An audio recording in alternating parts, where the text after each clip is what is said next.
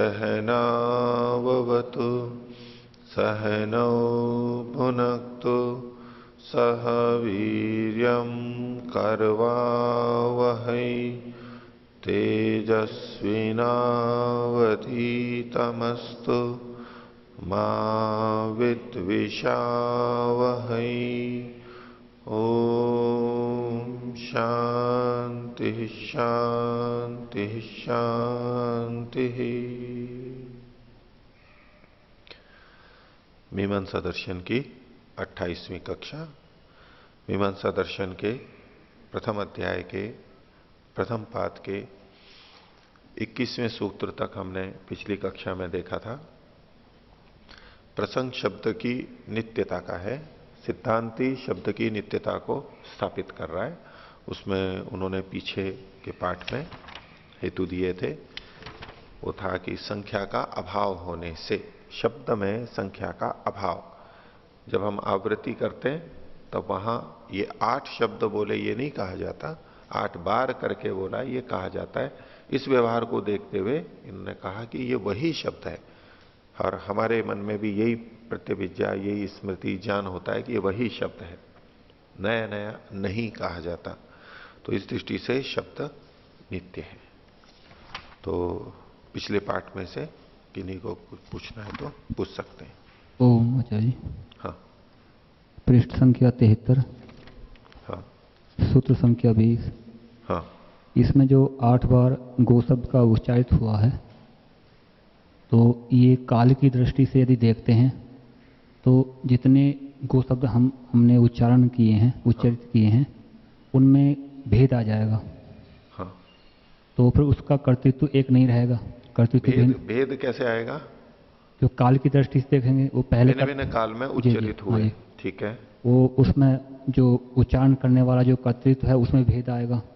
उसमें कर्ता मान लो वही है, एक ही है, तब उसमें तो कर्तृत्व भिन्न मानना पड़ेगा फिर उसमें जी, काल की दृष्टि से। दोनों तरह से हो सकता है। एक ही व्यक्ति 8 बार बोले अथवा 8 व्यक्ति खड़े हुए हों और सब एक एक बार बोल रहे हैं। पहले एक ने बोला फिर दूसरे ने बोला, तो चाहे एक ही व्यक्ति 8 बार गौ शब्द बोले या 8 व्यक्ति अलग अलग भिन्न भिन्न समय में गो शब्द बोले, तो भी हम ये नहीं कहते कि ये भिन्न भिन्न है। ये वही, उसी गो शब्द को इसने बोला, उसी गो शब्द को इसने बोला, उसी गो शब्द को इसने बोला। तो इसीलिए 8 बार करके गो शब्द बोला गया, न कि 8 गो शब्द बोले गए। व्यवहार में ऐसा प्रयोग नहीं होता है। उसको इन्होंने, संस्कृत में ऐसा प्रयोग नहीं होता, इसको इन्होंने कहा। और जब 8 व्यक्ति बोल रहे हैं, सबके गले अलग अलग हैं, कोई पतला कंठ से बोलता है, कोई मोटे से बोलता है, कोई ऊंचे से, कोई नीचे से, कोई धीमे, कोई तेज इत्यादि, कोई छोटा, कोई लंबा, भिन्न भिन्न हो सकता है। उन सबके होते हुए भी गो शब्दत्व तो हमें समान ही ज्ञात होता है। ध्वनि में भेद होता है, ध्वनि की नाद में ध्वनि में भेद होगा, लेकिन जो शब्द है वो तो गो ही आएगा और उसी से अर्थ का बोध होगा। तो यहां ये चूंकि नाद को और शब्द को भिन्न मान करके चल रहे हैं, नाद यानी जो उच्चारण हुआ उसी को ही शब्द एकदम नहीं कह रहे, उसमें भेद है जो पीछे आया था। अब उस दृष्टि से 8 बार 8 गो शब्द उच्चरित हुए तो कहते हैं वही 8 बार बोला गया है। घोषणा करते हैं, बोले कितनी बार घोषणा हुई? कोई घोषणा सूचना देनी हो, बोले 5 बार घोषणा हो चुकी है, इसकी सूचना हो चुकी है, बार बार सूचना दी जा रही है। और वही सूचना, हम ये नहीं कहते कि अलग अलग है। तो ऐसे वहां भी और शब्द में भी, तो ये 8 है, सिद्धांत ये कहना चाहता है। तो इसलिए शब्द नित्य है। यदि हम मानेंगे कि अलग अलग है, इसका मतलब है अलग अलग उत्पन्न हो रहे हैं और नष्ट हो रहे हैं। पहले अलग था, ये अलग है। पहले वाला अब नहीं है, अब दूसरा है। और तीसरा जो आया तब पहले और दूसरे वाले नहीं है, ये तीसरा है। जब हम ये व्यवहार करेंगे, संख्या का कथन करेंगे, उससे शब्द अनित्य होगा, पूर्व पक्षी मानता है। तो इसलिए ये कहते हैं ये वही शब्द है, ये वही शब्द है। जैसे कि मछली पानी में से निकल के ऊपर आई है, बतख ऊपर आई, 1 बार ऊपर आई, 2 बार आई, 3 बार आई, पानी के अंदर चली गई, वो भले ही बार बार आ रही है। तुमसे ये नहीं कहते कि मछली अलग अलग है, मछली वही है, बतख वही है। 8 बार वो ऊपर आई है, ऐसे 8 बार शब्द उच्चरित हुआ है, गो शब्द उच्चरित हुआ है, ये इनका तात्पर्य है। अच्छा, और आचार्य जी एक प्रश्न और करना चाहता हूँ इसमें, जो ज्ञान और कर्म की बात चल रही थी, जो हम प्रत्यक्ष रूप से देखते हैं कि कोई गाड़ी जाती है तो उसकी हम जो उसकी क्रिया को देखते हैं, जब स्पीड तेज होती है तो उस क्रिया को देखते हैं, वो तेज गति से चलती है, फिर आगे और स्पीड तेज होती है और गति देखते हैं वो स्पीड तेज गति से चलती है। हाँ। तो उसको प्रत्यक्ष नहीं मानेंगे यहाँ पर, प्रत्यक्ष इस प्रकार से व्यवहार में इन्होंने इस प्रसंग में जो आगे कहा, जब इन्होंने शब्द को इस तरह से बार बार करने की दृष्टि से नित्य सिद्ध किया, तो पूर्व पक्षी ने प्रश्न कर दिया कि बुद्धि यानी ज्ञान और कर्म भी अगर इसी शैली से देखे जाएं तो वो भी फिर नित्य होने लग जाएंगे। ये दोष दिखाया जा रहा है, आक्षेप है। अर्थात इस शैली, ये शैली ठीक नहीं है। इससे जो अनित्य चीज है बुद्धि और कर्म, वो भी नित्य होने लग जाएंगे। ये शैली ठीक नहीं है, इसलिए इस शैली से आप शब्द की नित्यता सिद्ध नहीं कर सकते, ये पूर्व पक्षी ने कहा था। सिद्धांति भी यही मानता है, इतना अंश तो वो भी मानता है कि बुद्धि और कर्म अनित्य हैं। तो सिद्धांति की दृष्टि से सिद्धांति की दृष्टि से कर्म अनित्य है। आपका प्रश्न है कि कर्म तो हमें प्रत्यक्ष दिखाई दे रहा है, गाड़ी चल रही है, तेज हो गई, धीमी हो गई, तो उन सब में हमें क्या दिखाई दे रहा है? हमें गाड़ी दिखाई दे रही है। गाड़ी पहले यहां दिखाई दे रही थी, फिर वहां दिखाई दे रही थी, फिर वहां दिखाई दे रही थी। ठीक है, पहले दिखाई दे रही थी एक स्थान से दूसरे स्थान पर दिखती भी वो अधिक काल ले रही थी, आगे चल करके वो उतने ही एक स्थान से दूसरे स्थान पर पहुंचने में कम समय ले रही है, हमें ये पता लग रहा है। दिख तो हमें गाड़ी दे रही है, अब इसके आधार पर हम आकलन करते हैं कि इसकी गति है, ये एक स्थान से दूसरे स्थान पर जा रही है यानी गति कर रही है, कर्म हो रहा है। ये कर्म का हमने अंदर से, अंतःकरण से ज्ञान किया, ये अनुमान हुआ।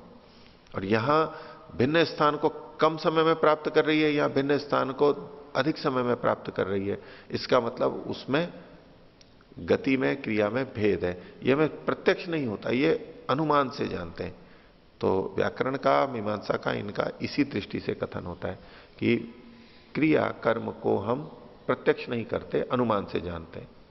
प्रत्यक्ष यदि हम नेत्र से कर रहे हैं तो नेत्र से तो हम रूप गुण का प्रत्यक्ष करते हैं, और कर्म में रूप गुण होता नहीं है। वो कर्म जिस द्रव्य में हो रहा है उसमें रूप गुण होता है, इसलिए हमें ऐसा प्रतीत होने लगता है। वास्तव में कर्म में कोई रूप गुण होता नहीं है। अब अलग अलग रंग की गाड़ियां चल रही हैं तो हम ये थोड़ा ना कहेंगे कि अलग अलग रंग के कर्म जा रहे हैं, ऐसा थोड़ा ना कहेंगे। कर्म तो एक ही जैसा है, उसमें कोई रूप गुण नहीं है।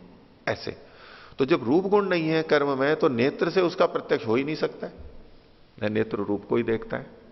लेकिन फिर भी हमें जो ज्ञान हो रहा है कर्म का, गति का, वो रूप से ना होकर के, वो प्रत्यक्ष ना होकर के अनुमान से होता है, ये ऐसा।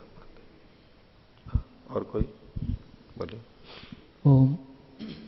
आचार्य जी, पृष्ठ संख्या 73 में जो 20वां सूत्र है संख्या भावा, तो अभी जो इसमें वेदपाल जी ने पूछा था कि जैसे गो शब्द है, अलग अलग कर्ता उसमें उच्चारण कर रहे हैं या फिर एक ही कर्ता भी उच्चारण कर रहा है, फिर भी हम कहते हैं कि वो 6 बार उच्चारण किया, 7 बार उच्चारण किया, उसको संख्या की दृष्टि से नहीं कहते हैं। ये तो जब समान शब्दों के विषय में जब ऐसी बात होती है तब होता है, परंतु यदि कोई व्यक्ति गौ बोले, दूसरा अश्व बोले, तीसरा कुछ अजा बोले, तो अब ये इस प्रकार से 10 प्रकार के शब्द बोले गए, तो उसमें हम बोलते हैं कि 10 शब्द बोले जा रहे हैं, तो वहां पर तो संख्या का कथन होता ही है। बिल्कुल होगा। तो फिर इससे मतलब नित्यत्व कैसे सिद्ध होगा? गो शब्द का नित्यत्व अपनी जगह पर है, अश्व शब्द का नित्यत्व अपनी स्थान पर है। लेकिन दोनों प्रकार में भेद होने से, भले ही प्रकार में भेद है, यहाँ ये प्रतिज्ञा थोड़ा है कि शब्द एक जैसे होते हैं। नहीं, ये तो कह रहे हैं शब्दत्व नहीं, शब्दत्व जाति को यदि आप देख रहे हैं तब तो समान ही है, शब्दत्व जाति तो अलग अलग है। नहीं, शब्दत्व जाति तो एक ही है। और यदि आप व्यक्ति देख रहे हैं तो गो शब्द जिसमें शब्द जाति है वो अलग है और अश्व अलग है। नहीं, फिर इनकी ये जो इनका जो हेतु है कि संख्या भावात, वो हेतु एक तो ही जैसे मैं कह रहे हैं ना, ये अलग अलग में थोड़ा ना कह रहे हैं भाई। शब्द की जब हम नित्यता की बात करेंगे तो कौन सा शब्द नित्य है? कौन सा शब्द नित्य? क्षणिक कौन सा नहीं है?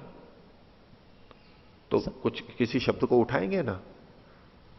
और अगर हम शब्द मात्र की दृष्टि से देखेंगे तो जो ये तो अभिव्यक्त है, अनिव्यक्त रूप में आकाश का जो गुण शब्द है उसको नित्य मानते हैं। आकाश भी नित्य है और उसमें स्थित शब्द गुण भी नित्य है। जब आकाश को नित्य मान के चलते हैं तब शब्द गुण भी नित्य माना जाएगा, वो अनभिव्यक्त रूप में फिर होगा। लेकिन ये जो अभिव्यक्त हो रहे हैं वो ही, तो जब कभी गो शब्द अभिव्यक्त होगा तो गो शब्द जब जब अभिव्यक्त होगा वो गो एक ही नित्य ही कहलाएगा, ऐसा मानना है। जी आचार्य जी, और दूसरा जो बुद्धि और कर्म के विषय में इन्होंने कहा 74वें पृष्ठ में, यदि वो दोनों प्रत्यक्ष नहीं है, यदि वो दोनों प्रत्यक्ष होते तो वो भी नित्य होते। तो इसमें एक जैसे उदाहरण है, जैसे पानी की धारा बह रही है तो उसमें हमें वो प्रत्यक्ष हो रहा है और हमें ऐसा भी लग रहा है कि आज हमने देखा और कल आकर के देखते हैं तो वही धारा बह रही है, तो क्या हम उसको नित्य कहेंगे नहीं, इनके हमें हेतु पता से? लग रहा है ना, तो वो ये वही धारा है। धारा मतलब तो वो प्रवाह, तो नदी या नहर वो तो हमें दिखेगा भाई, दीवारें हैं, किनारे हैं और ये सब तो पेड़ हैं, वो तो सब हमको एक ही जैसा दिख, लेकिन ये तो हमें प्रत्यक्ष हो रहा है, पानी बह रहा है। जी, तो पानी तो वही दिखाई देता है जो कल वही दिखाई नहीं दिया। दिखाई देता। वहां हमें ये ज्ञान नहीं होता कि वही पानी है, हमें बोध क्या होता है, सादृश्य ने, ये अलग पानी है, वो तो बह गया, ये नया पानी आ रहा है, वहां हमारे का बोध ये होता है, वहां उस तरह से जानेंगे। बोलिए। वो अभी पीछे चर्चा चली थी द्रव्य और कर्म की, तो कर्म की अलग सत्ता मानी थी, तो तत्वतः कर्म की अलग सत्ता है या द्रव्य की उस परिस्थिति में होना ही क्रिया अध्यारोपित करती है? कर्म की पृथक सत्ता द्रव्य से अतिरिक्त पृथक सत्ता नहीं है। यानी द्रव्य को छोड़ करके कर्म को कोई कहे कि लो ये कर्म अलग है, तो कर्म हमेशा द्रव्य में ही दिखाई देगा। इस दृष्टि से तो वो अलग नहीं है, स्थान की दृष्टि से हमेशा द्रव्यगत ही होता है, क्रिया हमेशा द्रव्यगत होगी। लेकिन क्रिया द्रव्य भी नहीं है, द्रव्य में है लेकिन क्रिया द्रव्य नहीं है, द्रव्य अलग चीज है, क्रिया में स्थित है, क्रिया द्रव्य में स्थित है, ये हमें बोध होता है। तो इस दृष्टि से देखेंगे तो एक स्थान पर रहते हुए भी द्रव्य और क्रियाएं अलग अलग हैं, उनके परिभाषाएं अलग हैं, गुणधर्म अलग है, इस तरह से तो अलग अलग ही हैं दोनों। हाँ, ऐसा भी तो इसमें हो सकता है कि द्रव्य इस प्रकार की परिस्थिति में उसका ये क्रिया रख दी गई, ऐसा जैसे इस यहां से लेके यहां तक जाने का, हाँ, इस तरह की अगर उसमें चेष्टाएं होगी तो उसको गच्छति कहेंगे, इस तो तरह यही है चेष्टाएं ना, खादत, तो यही क्रिया है और क्या। उसकी सत्ता तो नहीं हुई ना, नहीं, सत्ता क्यों नहीं हुई है, अभाव नहीं है, किस चीज का अभाव है। वही द्रव्य इस प्रकार हमको दिख रहा है तो हम उसको गच्छति कह रहे हैं। तो कहते हैं मतलब वो है ना, इसी को तो कहा जा रहा है, इसी को तो कर्म क्रिया कहा जा रहा है, और वो क्रिया हमें ज्ञात होती है। हाँ, और कोई बोले। पृष्ठ संख्या 75 नीचे से दूसरी पंक्ति,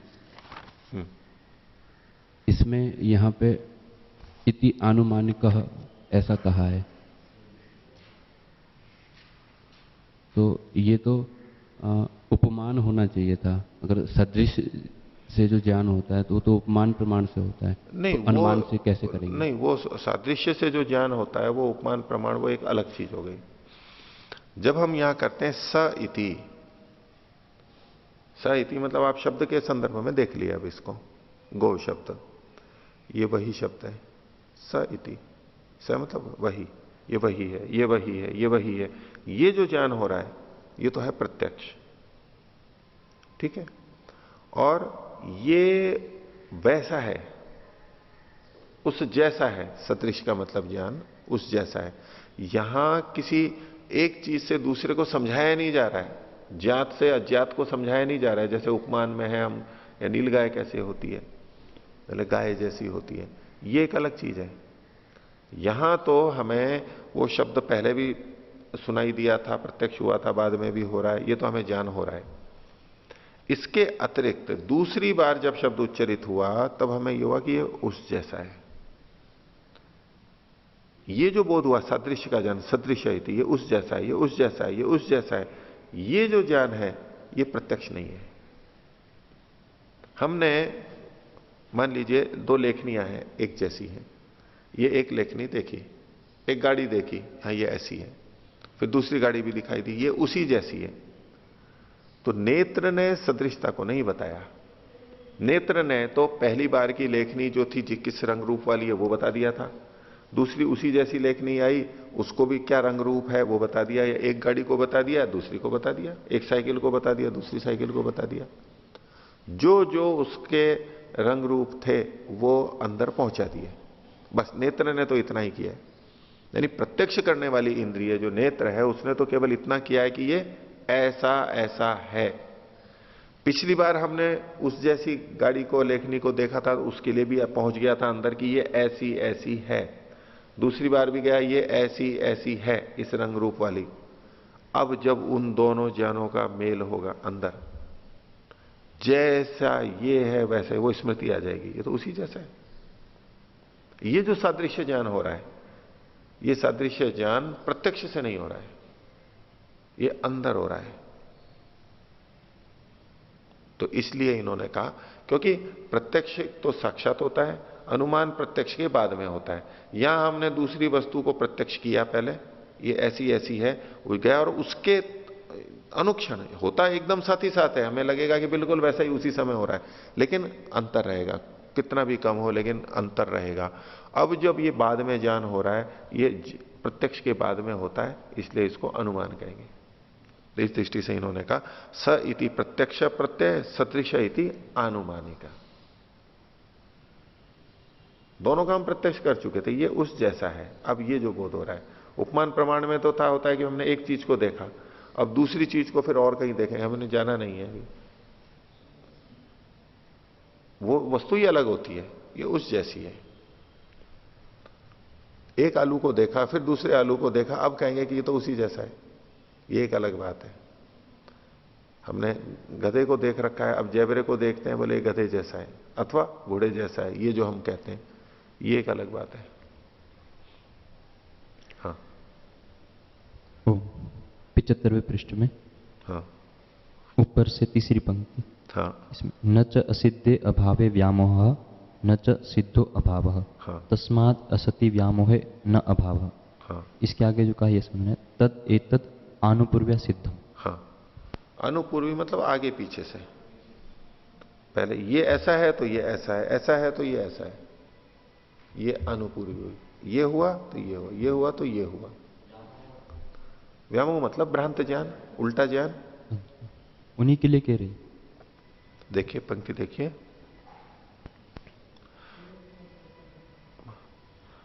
प्रथम पंक्ति के अनुसार देखें, न ही प्रमाणे प्रत्यक्षे सति अप्रमाणता स्यात्। प्रत्यक्ष प्रमाण के होने पर हम ये नहीं कह सकते कि अप्रमाणता है। ठीक है, पीछे पूर्व पक्षी ने उसको व्यामोह की दृष्टि से कहा था, उसके लिए है ये अस्ति इति पुनः अव्यामोहे न अवगम्यमाने न क्वचित अपि अभाव। जब ये है ऐसा अव्यामोह से पता लग रहा है, बिना भ्रांति के पता लग रहा है, तो उसका अभाव नहीं कह सकते। फिर जब हमें बिना भ्रांति के पता लग रहा है ये है, तो अब उसका अभाव नहीं कह सकते उस वस्तु का। आगे न च असिद्धे अभावे व्यामोह, जब तक अभाव सिद्ध नहीं हो जाता है तब तक उसको आप व्यामोह नहीं कह सकते। जैसे हमने जल को देखा, सामने आना सागर है, हमने जल को देखा, ये जो हमारा जल का ज्ञान है, ये व्यामोह है या सत्य है, झूठा है, भ्रांत है या सत्य है? सत्य है। कैसे पता लगा? अब मैं कहूं कि नहीं आपका ये ज्ञान गलत है, ये कब सिद्ध कर पाऊंगा मैं आपका गलत ज्ञान कि आपका ये तो व्यामोह है? कैसे पता हो पाएगा? जब हम उसका अभाव सिद्ध कर देंगे वहां पर। जैसे मृग तृष्णा में हमें जल दिखाई दे रहा है, हमें तो जल दिखाई दे रहा है, और दूसरे ने जो वहां का जानकार व्यक्ति है बोले आपको भ्रांति हो रही है, ये आपका व्यामोह है। ये व्यामोह हम कब स्वीकार करेंगे? जब उस वस्तु का वहां पर अभाव सिद्ध हो जाएगा। लेकिन यदि उस वस्तु का अभाव जब तक नहीं हो पा रहा है तब तक उसको व्यामोह नहीं कह सकते हम। तो असिद्धे अभावे न व्यामोह, जब तक अभाव आप सिद्ध नहीं करते हो तब तक आप उसको व्यामोह नहीं कह सकते। दूसरे शब्दों में, जब हम अभाव सिद्ध कर देंगे तब उसको व्यामोह कहेंगे। आपको दिख तो रहा है लेकिन है तो नहीं यहां पर, इसलिए आपका ज्ञान भ्रांत है। न च सिद्धो अभाव, और बोले इसका अभाव तो अभी सिद्ध हुआ नहीं है। अभाव सिद्ध होगा तब आप व्यामोह कह सकते हो, लेकिन अभाव तो सिद्ध किया नहीं है आपने। न च सिद्धो अभाव तस्मात् असति व्यामोहे न अभाव। तो चूंकि उसका व्यामोह नहीं सिद्ध हो पा रहा है, केवल व्यामोह नहीं सिद्ध हो पा रहा है, इसलिए उसको आप अभाव नहीं कह सकते। तदेतत् आनुपूर्व्या सिद्धम, इससे उसको, उससे उसको, ऐसे क्रम से आपस में, ये अनुपूर्वी से सिद्ध किया है। एक प्रक्रिया है, बस प्रक्रिया को बताया। और कोई? जी आचार्य जी, बुद्धि और कर्म को केवल अप्रत्यक्ष के आधार पर, अनुमान के आधार पर अनित्य कैसे कहेंगे? अनुमान के आधार पर, यदि वो प्रत्यक्ष होता तब तो सैवायम सैवायम ये जो है कह देते। यहां इस संदर्भ में न ही ते प्रत्यक्षे, प्रत्यक्ष का मतलब यहां पर व्याख्याकारों ने किया सैवायम, यह वही है, स एवायम यह वही है। जैसे शब्द के संदर्भ में हमें पता लगता है कि ये वही गो शब्द है, ये वही गो शब्द है, ये वही गो शब्द है, ये हमें जो ज्ञान होता है, ऐसा कर्म और ज्ञान के बारे में नहीं होता है। कर्म होता है, कहते ये भिन्न है, ये भिन्न है। ज्ञान होता है, ये भिन्न है, ये भिन्न है। ज्ञान की भिन्नता का पता लगता है।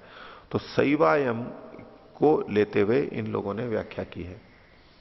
तो न ही ते प्रत्यक्षे, ये तो अनुमान से पता लग रहे हैं हम, कर्म और ये। अथा प्रत्यक्ष नित्य है, यदि इनका शब्द के समान प्रत्यक्ष होता, शब्द का हमें कर्णेंद्रिय से प्रत्यक्ष होता है, लेकिन ज्ञान का और इसका नहीं होता। यदि ऐसा प्रत्यक्ष होता तो हम कह सकते थे इसको। तो सैवायम नहीं है, श्रवणेन्द्रिय से शब्द के लिए तो कहता है सैवायम सैवायम, हम ये अनुभूति रखते हैं। वही शब्द बोल दिया इसने, फिर वही शब्द बोल दिया इसने, फिर वही शब्द बोल दिया हमने, ये कहते हैं। लेकिन कर्म के लिए हम ऐसा प्रत्यक्ष नहीं कह सकते कि ये वही कर्म किया, वही कर्म। हम जो जानते हैं वो अनुमान से जानते हैं, ऐसा। तो आगे का पाठ देखते हैं।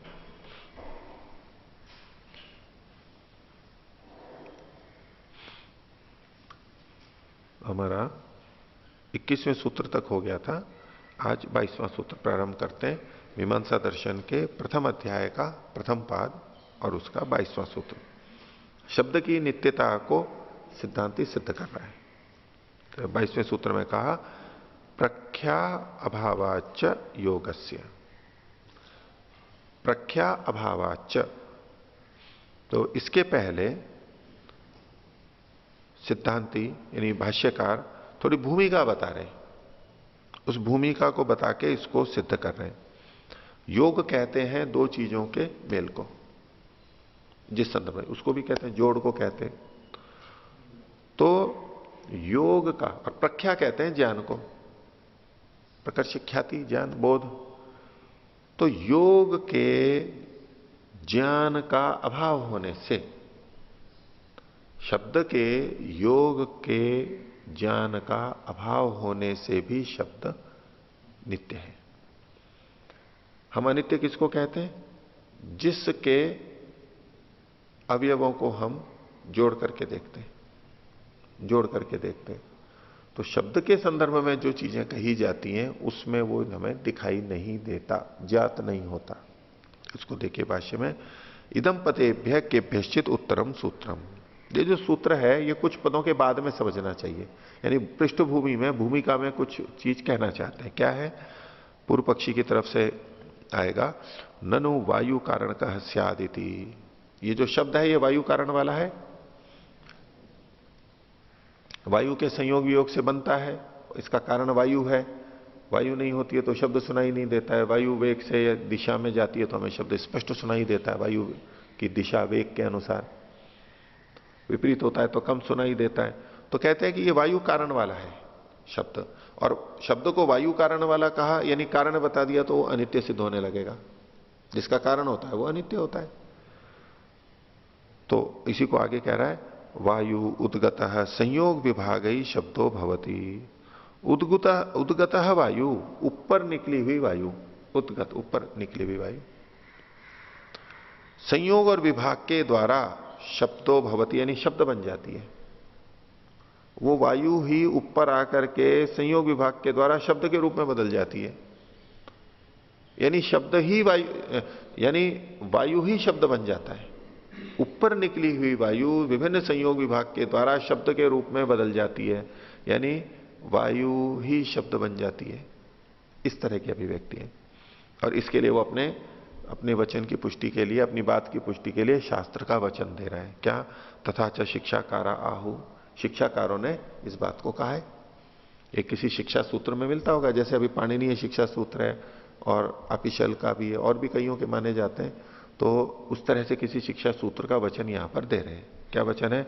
वायु आपद्यते शब्दताम। जो वायु है वो शब्दता को प्राप्त हो जाती है, यानी शब्दत्व को प्राप्त हो जाती है, यानी वायु ही शब्द बन जाती है। एक वचन मिल गया हमारे को, वायु आपद्यते शब्दताम इति। पूर्व पक्षी ने इसको उद्धृत कर दिया, बोले इससे पता लगता है कि शब्द वायु कारण वाला है, शब्द वायु से बना है। इसका उत्तर सिद्धांति दे रहा है, नहीं तदेवम, ये ठीक नहीं है। क्यों? वायुवीयश्चेत शब्दो भवेत, शब्दश्चेत वायुवीय भवेत। यदि शब्द वायुवीय हो, वायुवीय का मतलब वायु से निर्मित, और यहां वायु से निर्मित का मतलब है वायु जिसका उपादान कारण है। जैसे कि मिट्टी के कणों के मिलने से घड़ा बनता है, ऐसे वायु के कणों के मिलने से शब्द बनता है। यदि ऐसा हो तो वायुवीयश्चेत शब्दो भवेत वायो सन्निवेश विशेष स्यात्। तो शब्द कैसा होना चाहिए? वायु के विशेष सन्निवेश वाला होना चाहिए। विशेष सन्निवेश मतलब विशेष व्यूहन वाला होना चाहिए।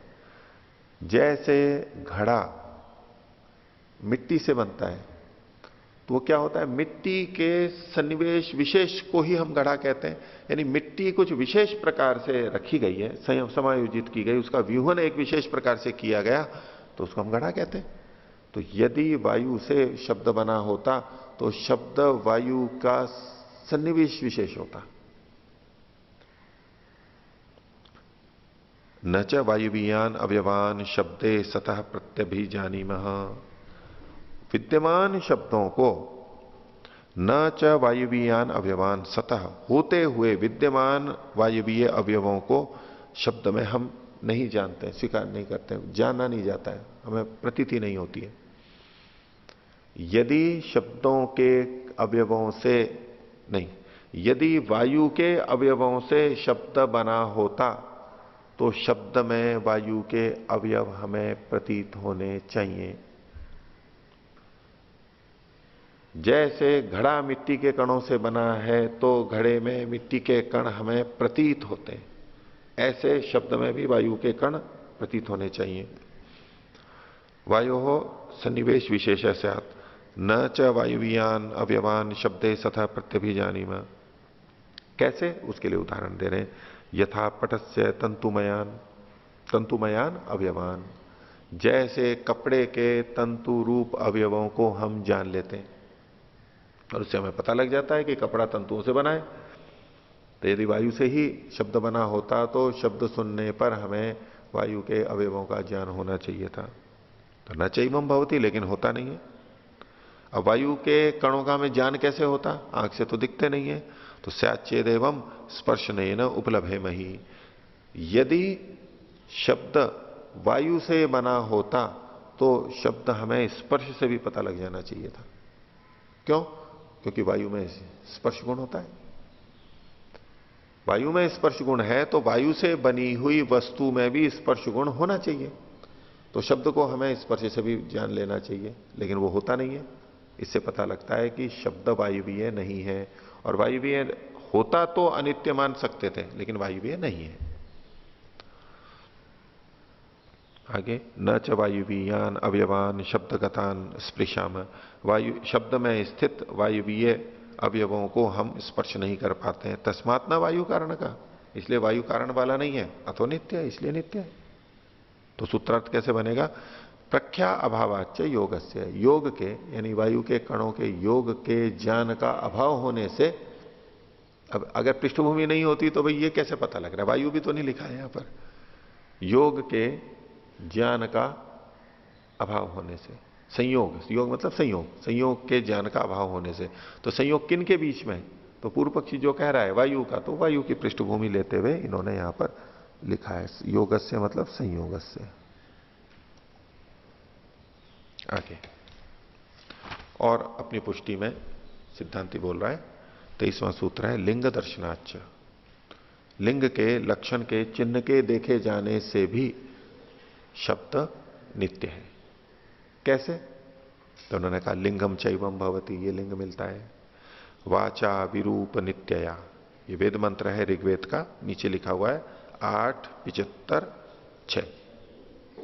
वाचा विरूप नित्यया, वाचा में तृतीया एक वचन है और नित्यया में भी एक वचन है। वाचा ये स्त्रीलिंग का शब्द है, नित्यया भी उसी का स्त्रीलिंग का है।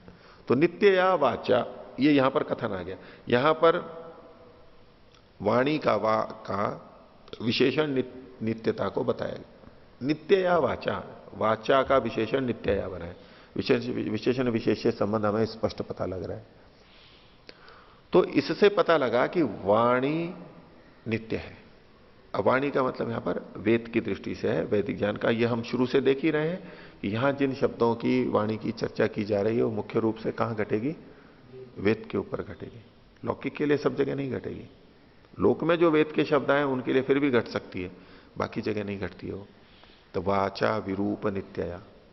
अब ये जो वचन है इसको लिंग क्यों कहा? तो कह सकते हैं ये तो सीधी श्रुति कह रही है। श्रुति से पता लग रहा है ना, ये वचन कहां का है? वेद का है, तो श्रुति हो गई ना। वाचा विरूप नित्यया, ये श्रुति हो गई। तो जैसे हम अर्थ का बोध करते हैं, ज्ञान करते हैं, कैसे? उसमें तरतमता बलाबल देखते हैं तो श्रुति, लिंग, वाक्य, प्रकरण, स्थान और समाख्या, ये जो भी चीजें आगे आने वाली हैं एक एक करके, पर अब प्रसंग आ गया तो इन्होंने उस तरह से कथन कर दिया है यहां पर। तो एक तो होती है श्रुति, उसके बाद में आता है लिंग। इन दोनों में श्रुति बलवान है, लिंग कमजोर है, लेकिन लिंग भी प्रमाण है एक।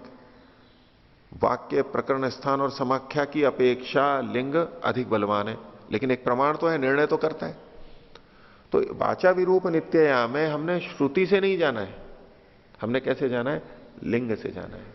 देखो, एक जो हम सामान्य भाषा में बोलते हैं कि कोई भी वेद मंत्र है और वहां से कोई हमने अर्थ निकाल लिया तो हम क्या कहते हैं? हमने श्रुति से जाना है। श्रुतिस्तु वेदो विज्ञेयो, वही वेद मंत्र है वो सब श्रुति नाम से कहे जाते हैं। और वेद से जो भी अर्थ निकाला वो हम सामान्य भाषा में क्या बोलते हैं? श्रुति से निकाला। वेद से शब्द प्रमाण है ये श्रुति ऐसा कहती है। लेकिन जब मीमांसा के अंदर हम चर्चा करेंगे, देखेंगे तो ये श्रुति विशेष रूप से परिभाषित है। तो ये जो वाक्य है वाचा विरूप नित्यया, कोई कह सकता है श्रुति इसको, वाणी को नित्य कहती है, ये तो श्रुति से पता लग रहा है। लेकिन इन्होंने क्या? लिंगम चैवम भवति, ये लिंग है, श्रुति नहीं कहा इसको, ये लिंग है। क्यों लिंग है, श्रुति क्यों नहीं है? आगे कह रहे हैं अन्य परम ही इदम वाक्यम।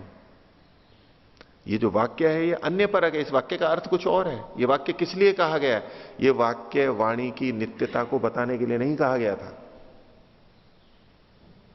इस वाक्य का जो विधेय है, कथ्य है, जिसको कहने के लिए वाक्य रचा गया था, वो वाणी की नित्यता नहीं है। वो तो कहना तो और कुछ चाह रहे हैं। तो विरूप मतलब विभिन्न रूप से वाला, विशेष रूप वाला, विशेष अलग अलग जगह प्रकट होने वाले जीव को कहा है। विरूप मतलब यहां संबोधन में है, विरूप नित्यया को अलग अलग कर लीजिए, यहां इकट्ठा लिखा है वाचा विरूप नित्यया। तो वहां पर विरूप मतलब ये जीव के लिए कहा जा रहा है, विरूप मतलब जीव है। तो उसके लिए कहा गया कि हे विरूप, यानी पवित्र जीवन के कारण विशिष्ट रूप वाला जो जीव है, अच्छा जो हो गया, एक योग्य हो गया है, उसको कह रहे हैं नूनम। ये मंत्र है तस्मै नूनम अभिद्यवे वाचा विरूप नित्यया वृष्णे चोदस्व सुष्टुतिम।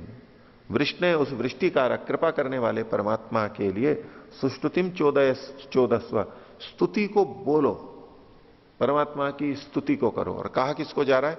जीव को कहा जा रहा है। और कैसे स्तुति करो? नित्यया वाचा, नित्य वाणी के द्वारा स्तुति करो। यानी जो वेद मंत्र हैं उनसे तुम स्तुति करो, जो वेद में कहा गया है वैसी स्तुति करो परमात्मा की, अपने मनमानी नहीं, मिथ्या भ्रांति से नहीं, मनमानी प्रशंसा करते हुए नहीं, यथा योग्य करो। वेद में जैसा परमात्मा है वैसा कहा गया है, तो वेद के माध्यम से ईश्वर की स्तुति करनी है, मतलब यथा योग्य वचन करेंगे, झूठी प्रशंसा नहीं करेंगे, ना निंदा करेंगे, ना कम आकेंगे, ना अधिक आकेंगे। तो वाचा विरूप नित्यया, है विरूप जीव तू वाचा, नित्यया वाचा वृष्णे है सुष्टुतिम चोदस्व, उस वृष्टिकारक परमात्मा की स्तुति को, प्रशंसा को कह। तो अब यहां पर इस वाक्य में श्रुति क्या है, विधि क्या है? स्तुति करने के लिए कहा जा रहा है, नित्यवाणी के द्वारा स्तुति करने को कहा जा रहा है। लेकिन वेद की यानी वाणी की नित्यता यहां पर विधेय नहीं है। विधेय नहीं है, तो विशेषण के रूप में कहा गया है वाणी कैसी हो। तो अब जब हम इस वाक्य से वाणी की यानी वेद की नित्यता को निकालेंगे तो इसको अब श्रुति नहीं कहते, क्योंकि साक्षात कथन नहीं है। अगर यह कथन होता है कि वेद वाणी नित्य है, अब यह वाक्य होता है ये श्रुति से आ रहा है, अगर ऐसा कोई वचन मिलता तो हम कहते हैं श्रुति से, यानी साक्षात कथन होना चाहिए। श्रुति का मतलब है साक्षात कथन, लेकिन यह साक्षात कथन नहीं कहा गया, यहां परोक्ष कथन हुआ कि वाणी के विशेषण के रूप में नित्यया वाचा, नित्यया शब्द विशेषण के रूप में आया है, तो विशेषण के रूप में, लेकिन प्रमाण तो यह भी है, यहां साक्षात नहीं कहा गया, तो इसलिए यह वाणी की नित्यता इससे सिद्ध नहीं होगी, ऐसा भी नहीं कह सकते। वाणी की नित्यता तो सिद्ध हो रही है, पक्की सिद्ध हो रही है, लेकिन श्रुति से नहीं, लिंग से हो रही है। इसलिए इन्होंने कहा लिंगम चैवम भवति, क्या वाचा विरूप नित्यया इति अन्य परम ही इदम वाक्यम। ये वाक्य जो पूरा मंत्र है ये कुछ और कहने के लिए कहा गया, अन्य परक है। वाचो नित्यताम अनुवदति, ये वाणी की नित्यता को तो अनुवदन कर रहा है, पीछे पीछे साथ साथ में कह रहा है। और अनुवाद किसको बोलते हैं? पहले जो कहा गया है उसको फिर से करना। जैसे हम प्रचलन में अनुवाद करते हैं कि संस्कृत का श्लोक है या वेद मंत्र है, उसको अब हिंदी में कहते हैं, तो उसी बात को हम दूसरी भाषा में कहते हैं, इसको आजकल अनुवाद कहते हैं। लेकिन इसमें मूल तत्व क्या है? भाषा तो चलो हो गई, भाषा को एक बार छोड़ दो। वाचा विरूप नित्यया, इसमें वाणी की जो नित्यता कही गई है इसका अनुवाद किया गया है। अनुवाद मतलब पहले कोई बात कही गई हो उसको फिर से कहना, अर्थात वाणी की नित्यता पहले से अन्यत्र सिद्ध है, अन्य जगह कहीं कह दी गई है, अब तो केवल उसको उठा करके कहा जा रहा है। अब केवल कहा जा रहा है, उसको दोबारा कहा जा रहा है, इसको कहेंगे अनुवाद। दोबारा कहने को भिन्न भिन्न भाषाओं में जो हम अनुवाद करते हैं वो भी एक अनुवाद है, क्योंकि जो बात भिन्न भाषा में कही गई थी उसी बात को हम दूसरी भाषा में कह रहे हैं। भाषा को एक बार छोड़ दो तो क्या हमने पहले कही हुई बात को दोबारा कह रहे हैं, ये अनुवाद होता है मूल रूप में। अब चाहे संस्कृत में श्लोक है और संस्कृत में ही हम उसको लिख रहे हैं, इसको भी अनुवाद ही कहेंगे उस दृष्टि से। पर आजकल अनुवाद शब्द भिन्न भाषा में उसको लिखने को कहने को अनुवाद के रूप में कहा जाता है, लेकिन एक ही बात को दोबारा कहना यहां पर अनुवाद के रूप में कहा जाता है, दोबारा कहना इतने अर्थ में। तो ये बात कि वाणी यानी वेद नित्य है, ये पहले से सिद्ध है, यहां तो केवल उस विषय उसको लेते हुए विशेषण के रूप में प्रस्तुत किया गया। हम कहें कि आप मीठे आम खाइए, अब इससे किसी को यह पता लग गया कि आम मीठे होते हैं, ये वाक्य नहीं कह रहा है, वाक्य सीधे सीधे वाक्य का क्या कह रहा है? मीठे आम खाइए। खाने के लिए विधि की जा रही है, ये नई चीज कही गई है कि आपको ये रोग है, आप मीठे आम खाइए, खट्टे मत खाइए, आपके लिए ठीक नहीं है, आप मीठे आम खाइए। ये जो खाने की विधि की जा रही है ये तो नया कथन है, ये पहले नहीं कथन किया गया था, इसलिए ये तो अनुवाद नहीं है, ये तो विधि है। लेकिन आम को जो मीठा कहा जा रहा है ये पहले से सिद्ध है, ये अनुवाद हुआ। तो जो विशेषण के रूप में हम प्रयोग करते हैं ये अनुवाद है। लेकिन कोई इस वाक्य से ये बोध निकाल ही सकता है ना, भाई कह रहे हैं कि मीठे आम खाओ, मतलब तो आम मीठे होते हैं, ठीक है भाई, डीजल वाली नहीं पेट्रोल वाली गाड़ी में जाओ, तो इसका मतलब है पेट्रोल वाली गाड़ी होती है, किसी को नहीं पता है तो उसको बोध हो गया वहां पर, तो बोध तो हो रहा है, ज्ञान तो हो रहा है, लेकिन ये श्रुति से ज्ञान नहीं कहा जाता, ये लिंग से ज्ञान कहा जाता है। आगे और हम समझेंगे इस बात को, इसके बहुत आगे प्रयोग आते रहेंगे। तो जब हम श्रुति कहते हैं और लिंग कहते हैं, प्रचलित मान्यता के अनुसार हम ये नहीं सोच रहे कि भाई इस वचन से, श्रुति के वचन से ही तो ये पता लगा कि वाणी नित्य होती है तो श्रुति कहती है, स्थूल रूप से हम इसको बोल सकते हैं, गौण रूप से लौकिक भाषा में। लेकिन जब यहां चर्चा कर रहे होंगे विशेष रूप से कथन होगा, और अगर कोई एक ऐसा वाक्य मिल गया हमारा श्रुति का जहां पर उसको अनित्य कहा गया हो, एक वचन मिल गया कहीं की वाणी अनित्य है और वहां पर कहा गया नित्यया वाचा, तो बोले यहां तो नित्य कहा जा रहा है, वहां अनित्य कहा जा रहा है, तो दोनों में से कौन सा ठीक है? तो वो वचन ठीक माना जाएगा जहां कहा गया कि वाणी अनित्य है, साक्षात कथन है, ये श्रुति है। और ऐसे में इसको गलत भी नहीं मानेंगे, इसकी संगति लगाएंगे। कि नहीं, यहां फिर भी इसको नित्य कहा जा रहा है, प्रमाण के रूप में तो अंतिम वही माना जाएगा कि नहीं ये अनित्य है, अगर ऐसा हो तो। लेकिन इसको कहा जाएगा, इसको कहेंगे कि इसमें कुछ भिन्न दीर्घ काल तक रहता है इसलिए नित्य कह दिया गया है इत्यादि, हमें दूसरा अर्थ लेना होगा, विरुद्ध अर्थ नहीं लेंगे। जो श्रुति से कहा गया है वो अधिक बलवान होता है, उसी को ही हमें मानना होगा, और लिंग से जो कहा गया है तो वो उसकी अपेक्षा कम बलवान होगा। लेकिन यदि हमें कोई श्रुति नहीं मिल रही है, हमें श्रुति कोई भी नहीं मिल रही है, लेकिन नित्य या वाचा यहां पर मिल रहा है, तो ये भी पूरा प्रमाण होगा, पूरी तरह प्रमाण माना जाएगा, नित्य या वाचा, लिंग से लेकिन पता लग रहा है। इसकी दुर्बलता तो तब होगी जब इससे विपरीत कोई श्रुति हमें मिल जाएगी। अगर हमें दूसरी कोई श्रुति नहीं मिल रही है ही नहीं, तो ये लिंग भी अपने आप में इतना प्रमाण होगा कि इसको कोई काट नहीं सकता है। वाक्य, प्रकरण, स्थान, समाख्या, इससे हमें कुछ भी पता लगता होगा, इसको नहीं काट सकता, ये लिंग से पता लग रहा है। तो अपने आप में प्रबल प्रमाण होते हुए भी ये श्रुति की अपेक्षा से तो दुर्बल माना जाएगा अगर खड़ी होती है। तो इसलिए इन्होंने कहा अन्य परम ही इदम वाक्यम, ये वाक्य तो भिन्न चीज को कहने के लिए, इसकी विधि तो विधेय तो अलग चीज है। वाचो नित्यताम अनुवदती, वाणी की नित्यता को तो ये साथ साथ में कह रहा है, अनुवाद है ये। तस्मा नित्य शब्द, इसलिए शब्द नित्य है। अंत में जाकर के इन्होंने शब्द प्रमाण से सिद्ध किया। वो पहले की जो सारी चीजें थी वो उन्होंने अनुमान के आधार पर, तर्क युक्ति के आधार पर सिद्ध करने का प्रयास किया। इस प्रकरण की समाप्ति में कहा ये जो हम तर्क कर रहे हैं ये वेद के अनुकूल है, श्रुति के, लिंग के, शब्द प्रमाण के अनुकूल है। ये लिंग भी शब्द प्रमाण में ही आएगा, श्रुति भी शब्द प्रमाण में ही आएगा, ये शब्द प्रमाण के ही भेद हैं। क्योंकि यहां पर इस अपने ग्रंथ के अंदर शब्द प्रमाण की ही चर्चा की गई है। मुख्य शब्द प्रमाण की विवेचना है, जो उसकी हम चोदना लक्षणों अर्थ धर्म, ये जो सारा है वाक्यार्थ बोध है, हम शास्त्र के वचनों की विवेचना कर रहे हैं, तो एक तरह से हम शब्द प्रमाण को ही समझ रहे हैं। ये वाक्य ये कहता है या नहीं कहता है, और वाक्य से हम जो भिन्न भिन्न अर्थ निकालते हैं उसमें से कौन सा ठीक है। तो इसलिए शब्द प्रमाण के अंतर्गत श्रुति, लिंग, वाक्य, प्रकरण, स्थान और समाख्या, ये सारी चीजें शब्द प्रमाण के अंतर्गत ही हैं, और शब्द प्रमाण के ही भेद प्रस्तुत कर रही है कि कैसे कैसे शब्द प्रमाण से हम अर्थ लेते हैं, और वो निर्णय बलाबल के आधार पर किया जाता है। एक क्रम इनका बनाया, उसका भी इनका आधार है, वो विवेचना आगे चलेगी जब इनकी बलाबल कहेंगे क्यों ये बलवान है, ये क्यों बलवान है, ये क्यों दुर्बल है, वो सारी विवेचना तो हम धीरे धीरे आगे समझेंगे। तो इसलिए अंत में इन्होंने कहा देखो शब्द प्रमाण से भी सिद्ध होता है, तो हमारे जो तर्क युक्तियां हैं वो शब्द के अनुकूल हैं। तस्मात् नित्य शब्द इति शब्द नित्यता अधिकरणम, ये समाप्त हुआ शब्द की नित्यता का।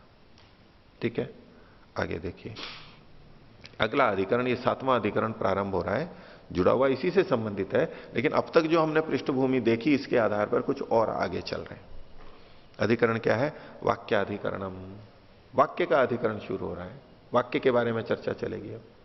अथवा दूसरे ढंग से इन्होंने कहा वेदस्य अर्थ प्रत्यायकत्वाधिकरणम, वाक्य के बारे में आगे भी आएगा, यहां भी चलेगा, इसको आप वाक्य का अधिकरण भी कह सकते हैं, लेकिन दूसरे शब्दों में क्या क्या, वेदस्य अर्थ प्रत्यायकत्व, वेद यानी तो जो वेद 4 वेद हैं उनका अर्थ को जनानापन, इसका अधिकरण कि वेद के वाक्य अर्थ को बताते हैं, ये सिद्ध करेंगे। पूर्व पक्षी इसके विपरीत करेगा कि वेद के वाक्य अर्थ को बता ही नहीं सकते। आपने नित्यता किसकी सिद्ध करनी चाहिए? शब्द की, शब्दार्थ संबंध की, लेकिन ये करते हुए आप किसको वास्तव में नित्य सिद्ध करना चाहते हैं? वेद को, वेद के वाक्यों को। क्योंकि धर्म का ज्ञान किससे होगा? उन शास्त्रीय वाक्यों से होगा, चोदना से होगा। तो वास्तव में तो वेद पे ही पहुंचना है, वाक्य से ही पहुंचना है। तो कह ले चलो शब्द नित्य है, मान लिया, शब्द का अर्थ के साथ संबंध भी नित्य है, चलो मान लिया, लेकिन फिर भी वेद के वाक्य तो जब अर्थ को कहते ही नहीं है तो उससे फर्क क्या पड़ा आपको? वो तो प्रमाण फिर भी नहीं हो सकते। वेद के वाक्य प्रमाण नहीं हो सकते क्योंकि वेद के वाक्य अर्थ को कहते ही नहीं है। वेद उससे हमें चोदना से जो हमें अर्थ पता लगता है उसको धर्म कहेंगे, लेकिन अर्थ तो आता ही नहीं है वेद के वाक्यों से। इस ढंग से पूर्व पक्षी प्रस्तुत करेगा और सिद्धांति सिद्ध करेगा कि वेद के अर्थ प्रत्यायकत्व की, प्रत्यायक होता है एक तो प्रत्यय यानी तो ज्ञान, प्रत्यायक मतलब जनाने वाला, जनाने वाला पना, शब्द के अर्थ को जनाने वाला होना किसका? वेद का। वेद अर्थ को बताता है, ये सिद्ध किया जाएगा। तो दोनों अधिकरण ले सकते हैं। तो इसमें 24वां सूत्र है पूर्व पक्षी का, उत्पत्तो वा अवचना स्युः अर्थस्य अतन्निमित्तत्वात्। उत्पत्ति शब्द पहले हमारे आया था, औत्पत्तिकस्तु शब्दस्य अर्थेन संबंध। औत्पत्ति का क्या मतलब होता? नित्य संबंध। तो कहते हैं उत्पत्तो वा, उत्पत्ति मान लेने पर भी, यानी नित्यता मान लेने पर भी, अवचना स्युः, ये जो वेद के वचन है ये अवचन हो जाएंगे। वचन वचन नहीं है, जब उसका अर्थ नहीं आ रहा है तो वो वचन क्या कहलाएगा? अवचन हो जाएगा, निरर्थक हो जाएगा। क्यों? अर्थस्य अतन्निमित्तत्वात्। ये जो अर्थ का बोध हो रहा है वो तन्निमित्तक नहीं है, यानी उन वाक्यों से निमित्त वाला नहीं है। वेद से अर्थ का पता नहीं लग रहा है, वाक्यों से अर्थ का पता नहीं लग रहा है, इसलिए वो अवचन हो जाएंगे, उनसे अर्थ पता ही नहीं लगता है। उत्पत्तो वा अवचना स्युः अर्थस्य अतन्निमित्तत्वात्। भाष्य देखिए, पूर्व पक्षी कह रहा है यद्यपि औत्पत्ति को नित्य है शब्दों अर्थ संबंधश्च। यद्यपि मतलब अब वो मान रहा है, या तो अभिभगम से मान रहा है या मान चुका है, उसके पास में कोई उपाय नहीं है, मानना ही पड़ रहा है उसको। तो बोले ठीक है, ये औत्पत्ति का है। औत्पत्ति का है कोई आगे खोला है नित्य है। कौन? शब्द अर्थ संबंध। शब्द और एक तो शब्द और शब्द का अर्थ के साथ में संबंध। वैसे यहां तीन चीजें ली जा सकती हैं, शब्द नित्य, एक है अर्थ नित्य है, और एक शब्द और अर्थ का संबंध नित्य है। शब्द अर्थ और संबंध, ये तीन करेंगे। नीचे जो हिंदी में अर्थ किया गया है वो इसी ढंग से है। यद्यपि शब्द अर्थ और उनका संबंध औत्पत्तिक अर्थात नित्य है, लिया जा सकता है। लेकिन यूं वाक्य रचना की दृष्टि से देखें तो शब्दों अर्थ संबंधश्च, शब्द अर्थ संबंधश्च, तो शब्द और अर्थ के साथ उसका संबंध। अब तीन चाहे तीन भी ले लीजिए, दो चाहे दो ले लीजिए, कोई दिक्कत नहीं है। बोले भले ही वो औत्पत्तिक हो, तथापि फिर भी न चोदना लक्षणों धर्म। धर्म के लिए आपने कहा था चोदना लक्षण होगा, चोदना लक्षण वाला होता है, ये फिर भी सिद्ध नहीं कर पाएंगे आप। तो धर्म के ज्ञान में वेद प्रमाण होगा, ये फिर भी नहीं सिद्ध हो पाएगा। इतनी कसरत कर ली, वो हो भी गया तो उससे निकला क्या आपका? सिद्ध तो नहीं कर सकते आप। क्यों? तो उसके लिए उसने अपनी बात रखनी शुरू की पूर्व पक्षी ने, चोदना ही वाक्यम। जिसको आप कह रहे हो चोदना लक्षणों अर्थो धर्म, तो ये जो चोदना है ये क्या है? ये वाक्य ही तो है, वाक्य के अतिरिक्त क्या है? आप शब्द को तो चोदना कह नहीं सकते। जो शब्द है, एक एक शब्द को लेंगे, वो तो प्रेरणा दे नहीं सकती है, वो तो क्या पूरा वाक्य है। आप जिस जिसको कहोगे कि इससे धर्म का पता लग रहा है, वो क्या होगा? वो वाक्य ही होगा। इसलिए उन्होंने कहा चोदना ही वाक्यम, वो तो वाक्य है। उसके लिए एक उदाहरण ले लिया, न ही अग्निहोत्रम जुहुयात स्वर्ग कामः इत्यतः वाक्यात अन्यतमस्मात् पदात् अग्निहोत्रात् स्वर्गो भवति इति गम्यते। वाक्य क्या ले लिया इन्होंने? अग्निहोत्रम जुहुयात स्वर्ग कामः, अग्निहोत्र से होम करे कौन? स्वर्ग कामा, जो स्वर्ग की कामना रखता है। स्वर्ग की कामना वाला अग्निहोत्र से होम करे। ये वाक्य का बोध, वाक्य का अर्थ हो गया ना। तो इससे इत्यतः वाक्यात, इस वाक्य से अन्यतमस्मात् पदा, इसमें से कोई भी पद ऐसा नहीं है जो इस बात को कह रहा हो, क्या? अग्निहोत्रात् स्वर्गो भवति, अग्निहोत्र से स्वर्ग होता है, इति गम्यते। ये किसी भी पद से नहीं जाना जाता है। देखो वाक्यार्थ बोध को अलग अलग देखना। स्वर्ग की कामना वाला अग्निहोत्र करे, अग्निहोत्र होम करे। क्या इस वाक्य से यह पता लगता है कि अग्निहोत्र से स्वर्ग होता है? पता लगता है? भाई ऐसा तो अर्थ हम ले ही लेते हैं ना। जिसको बल की कामना हो वो व्यायाम करे, जिसको बल की कामना हो वो आहार निद्रा ब्रह्मचर्य का पालन करे। ये बात कह दिया। तो क्या इससे यह सिद्ध हो गया कि आहार से बल बढ़ता है या स्वास्थ्य रहता है? निद्रा ठीक हो तो स्वास्थ्य रहता है, ब्रह्मचर्य ठीक हो तो स्वास्थ्य रहता है। क्या इससे पता लगा? ये वाक्य कह रहा है क्या? वाक्य कह रहा है क्या ये? वाक्य तो नहीं कह रहा। हाँ तो ठीक है, हम अपनी कल्पना से कुछ भी अर्थ निकालें, बात अलग है। वाक्य तो नहीं कह रहे ना इसको। तो इसी तरह अग्निहोत्रम जुह्यात स्वर्ग कामा, इससे वाक्यात, इस वाक्य से, अन्य तमस्मात पदादीन में से किसी भी पद से, पूरे वाक्य से या किसी एक एक पद से, कहीं भी अग्निहोत्रात स्वर्गो भवति, अग्निहोत्र से स्वर्ग होता है, इति न गम्यते, ये नहीं जाना जा रहा है यहां से। ये अन्य तमस्मात को इन्होंने नीचे युधिष्ठिर जी ने खोल दिया है कि ये सर्वनाम तो नहीं है उस तरह से, पर फिर अन्य तमस्मात शब्द सर्वाधिगण में नहीं है, लेकिन फिर भी इस तरह का प्रयोग देखा जाता है, अर्थ प्रयोग होते हैं। तो बोले ये कब पता लगता है ये? बोले गम्यते तू पदत्रय उच्चरिते, 3 पदों के उच्चारण से ये अर्थ पता लगता है हमारे को। पता तो लगता है कि अग्निहोत्र से स्वर्ग होता है। अग्निहोत्रम इतने से पता नहीं लगेगा, जुहुयात इससे भी पता नहीं लगेगा, और स्वर्ग काम है इससे भी पता नहीं लगेगा, लेकिन इन तीनों के उच्चारण से पता लगता है। गम्यते तू पदत्रय उच्चरिते।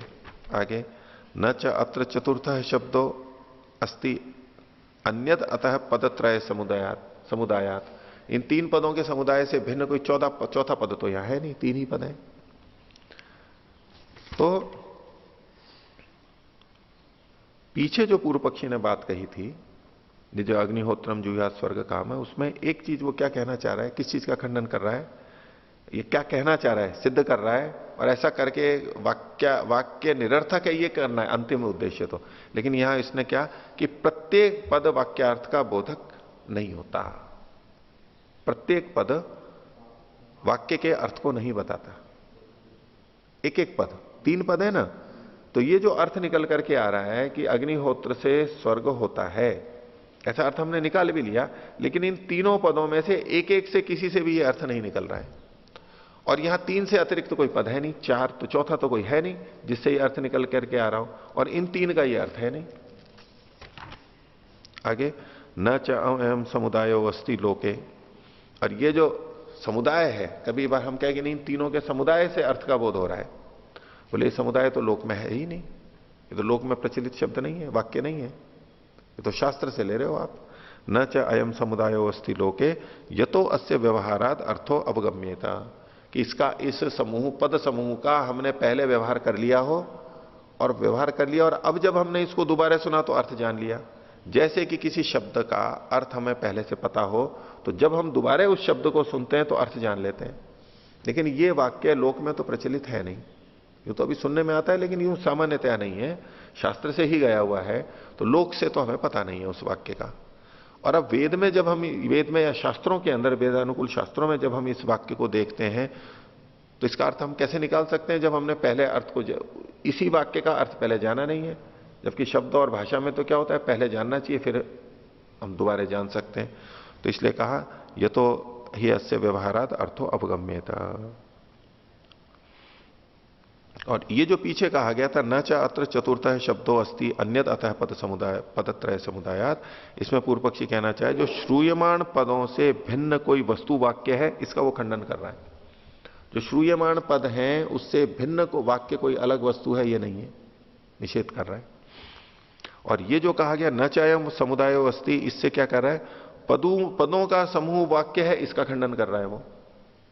ये जो पदों का समूह है यही वाक्य है, ये भी नहीं है, क्योंकि अगर यही होता तो लोक में पहले सुनाई दिया गया होता, तब अर्थ ज्ञात होता और यहां देखते तो अर्थ आता। लेकिन पहले तो सुना नहीं हमने, तो वेद में पहली बार उस वाक्य को देखा, शास्त्रों में पहली बार वाक्य को देखा। तो पदानी अमुनि प्रयुक्तानी तेषाम नित्यो अर्थ, यहां जो पद प्रयुक्त किए गए हैं उनका अर्थ नित्य है। आपने जैसा सिद्ध कर रखा है कि पदों का अर्थ नित्य होता है, तो चलो इनका पदों का अर्थ नित्य है, पदों का अर्थ नित्य, वाक्य का नहीं। तो पदानी अमुनि प्रयुक्तानी तेषाम नित्यो अर्थ अप्रयुक्तश्च समुदाय, ये समुदाय तो पहले प्रयोग किया नहीं गया था, हम तो शास्त्र में ही देख रहे हैं। तस्मात समुदाय से अर्थ कृत्रिमो व्यामो होगा, इसलिए ये जो आप समुदाय का अर्थ कर रहे हो कि अग्निहोत्र से स्वर्ग होता है, या तो ये कृत्रिम है, आपने बनाया, अगर सही है तो कृत्रिम है, और या तो ये आपकी भ्रांति है, ये अर्थ है ही नहीं यहां पर। अगर आप कृत्रिम मानते हो तो भी वाक्यार्थ अनित्य होगा, और अनित्य होगा तो वो धर्म के ज्ञान में प्रमाण नहीं हो सकता। और अगर व्यामोह है, भ्रांति है, तो भी वाक्य का अर्थ धर्म के ज्ञान में प्रमाण नहीं हो सकता, क्योंकि आपका कहना था धर्म का ज्ञान तो नित्य से ही होगा, अपौरुषेय होगा तो ही होगा, इसलिए आपका कथन ठीक नहीं है। इतना ही रखते हैं। प्रणव तो नहीं।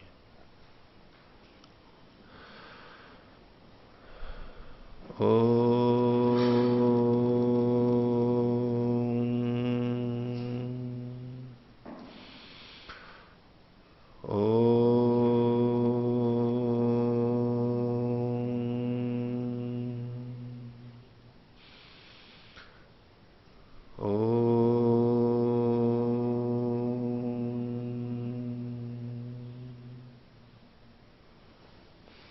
को सादर अभिवादन। ओम शांति।